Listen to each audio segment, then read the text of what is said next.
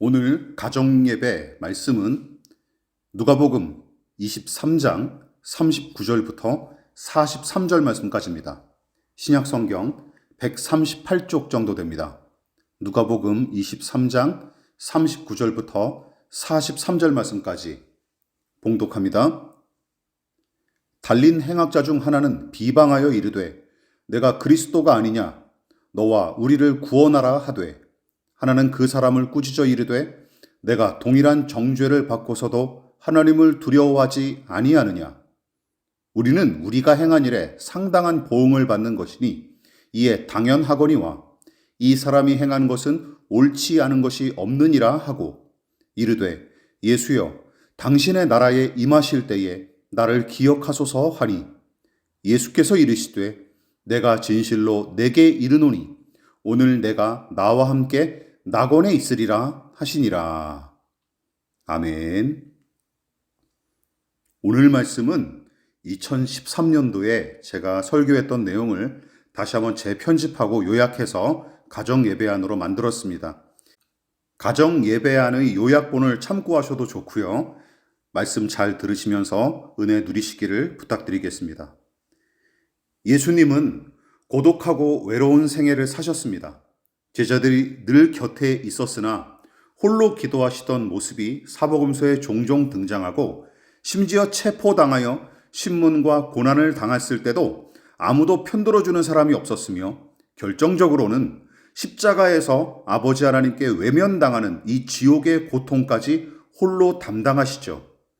그런데 그 십자가의 고통과 고독 가운데서도 소낙비처럼 기쁨을 드렸던 사람이 바로 본문에 등장하는 오른쪽 편에 매달린 강도입니다. 그렇다면 그는 어떻게 십자가에 달려서도 주님을 기쁘시게 해드렸을까요? 크게 세 가지로 나누어 볼 수 있습니다. 첫째, 죄인임을 인정하고 회개함으로 그는 예수님께 기쁨을 드렸습니다. 하나님이 가장 기뻐하시는 일 중 하나가 무엇일까요? 바로 당신 앞에 자신의 죄를 뉘우치고 회개하는 것입니다. 오죽하면 누가복음 15장에서 예수님은 한 사람의 죄인이 회개할 때 하나님과 천군 천사들이 기뻐한다라고 가르치셨을까요? 41절에서 오른편에 매달린 강도는 우리는 우리가 행한 일에 상당한 보응을 받는 것이라며 자신의 잘못을 인정함과 동시에 십자가 형벌마저 당연하게 받아들이죠. 그날 골고다 언덕에 섰던 사람 중 아무도 십자가에 달린 예수님 앞에 사죄하거나 회개하지 않습니다. 예수님을 음해한 유대인들과 사악한 종교 지도자들, 잔인한 로마 군병들, 그리고 심지어 배신한 제자들 아무도 회개하지 않죠. 비난과 조롱을 일삼는 사람이 대부분이고 간혹 슬픔과 동정으로 예수님을 바라보는 사람들이 있을지언정 자신의 허물과 죄악을 회개하는 사람은 아무도 없었습니다. 오직 오른편 십자가에 달린 이 강도만이 자기가 저지른 죄악의 더러움에 직면하여 형벌받아 마땅한 죄인임을 스스로 인정하고 고백했죠. 그가 보여준 회개는 참 회개의 정수와 진수를 보여줍니다. 내가 한 일에 마땅한 보응을 받는 것이라는 그의 이 회개는 주님을 매우 기쁘시게 하는 상한 심령과 피 흘린 살아있는 제사였던 것입니다. 두 번째, 주님의 권세와 권능을 신뢰했기 때문에 기쁨을 올려드렸습니다. 주님의 오른쪽에 매달린 강도는 회개했을 뿐만 아니라 낙원을 허락하실 만한 능력과 권세가 주님께 있음을 믿고 의지했죠. 이게 참 신기한 일입니다. 여러분 생각해 보십시오. 그 누가 십자가에 달려 죽어가는 죄수를 권세와 권능이 있는 분으로 믿고 의지할 수 있을까요? 함께 십자가에 매달려 무기력하게 죽어가는 처지가 아니겠습니까? 그런데도 이 강도는 당신의 나라에 임하실 때에 라고 고백합니다. 위대한 믿음이 아닐 수가 없습니다. 이 고백은 지금 예수님은 무기력한 모습으로 십자가에 못 박혀 죽임당하시지만 그분이 이 세상과 저 세상의 주인이시자 실질적인 통치자시다 하는 뜻입니다. 십자가에 달려 죽어가는 상황에서 실질적으로 도움을 구하려 한다면 차라리 로마 군병들이나 대제사장, 서기관들에게 구걸하는 것이 가장 효과적이죠. 그러나 회개한 강도는 자기와 함께 십자가에 달려 죽어가는 예수님의 능력과 권세를 의지했습니다. 오른편 십자가에 매달려 죽어가는 이 강도만이 예수님을 나의 구주, 나의 하나님으로 고백하며 신뢰하고 있는 것이죠. 죽어가는 예수님을 신뢰하고 그분께 소망을 품은 단 한 사람, 바로 이 사람이었습니다. 셋째, 주와 함께 십자가를 짊어짐으로 그 사람은 예수님께 기쁨을 드렸습니다. 갈라디아서 2장 20절에서 내가 그리스도와 함께 십자가에 못 박혔다 하는 이 바울의 위대한 고백은 어쩌면 회개한 강도의 모습에서 떠올렸을지도 모르겠습니다. 생각해 보십시오.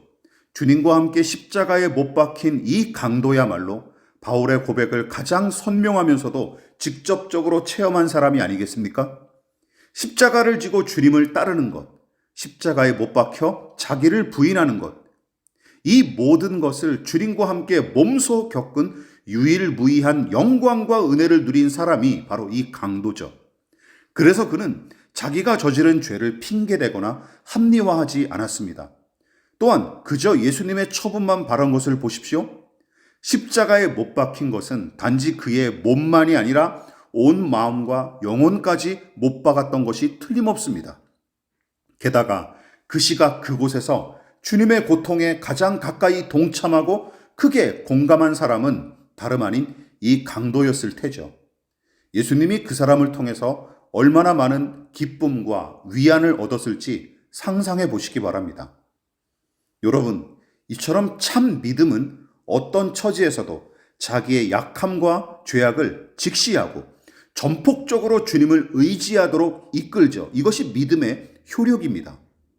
또한 한 사람이 자기를 부인하고 십자가를 짊어지고 주님을 온전히 따르도록 이끄는 것, 돕는 것이 믿음이죠.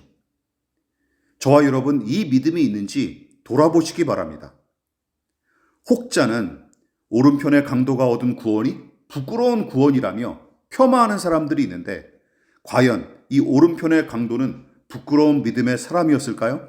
절대로 그렇게 생각할 수가 없습니다. 오히려 우리가 본보기로 삼고 깊이 묵상하며 같은 은혜를 간구해야 마땅한 사람이죠. 이 믿음이 저와 여러분들에게 가슴 깊이 새겨지기를 진심으로 축원을 드리겠습니다.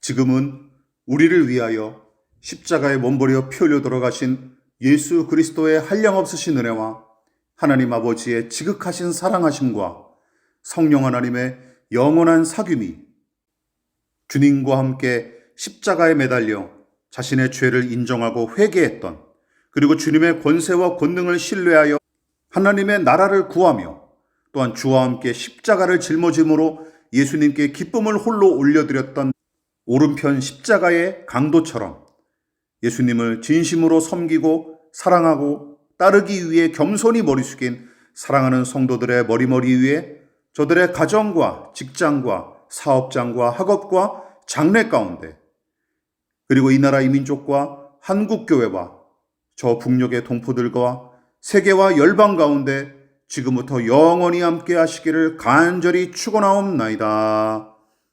아멘.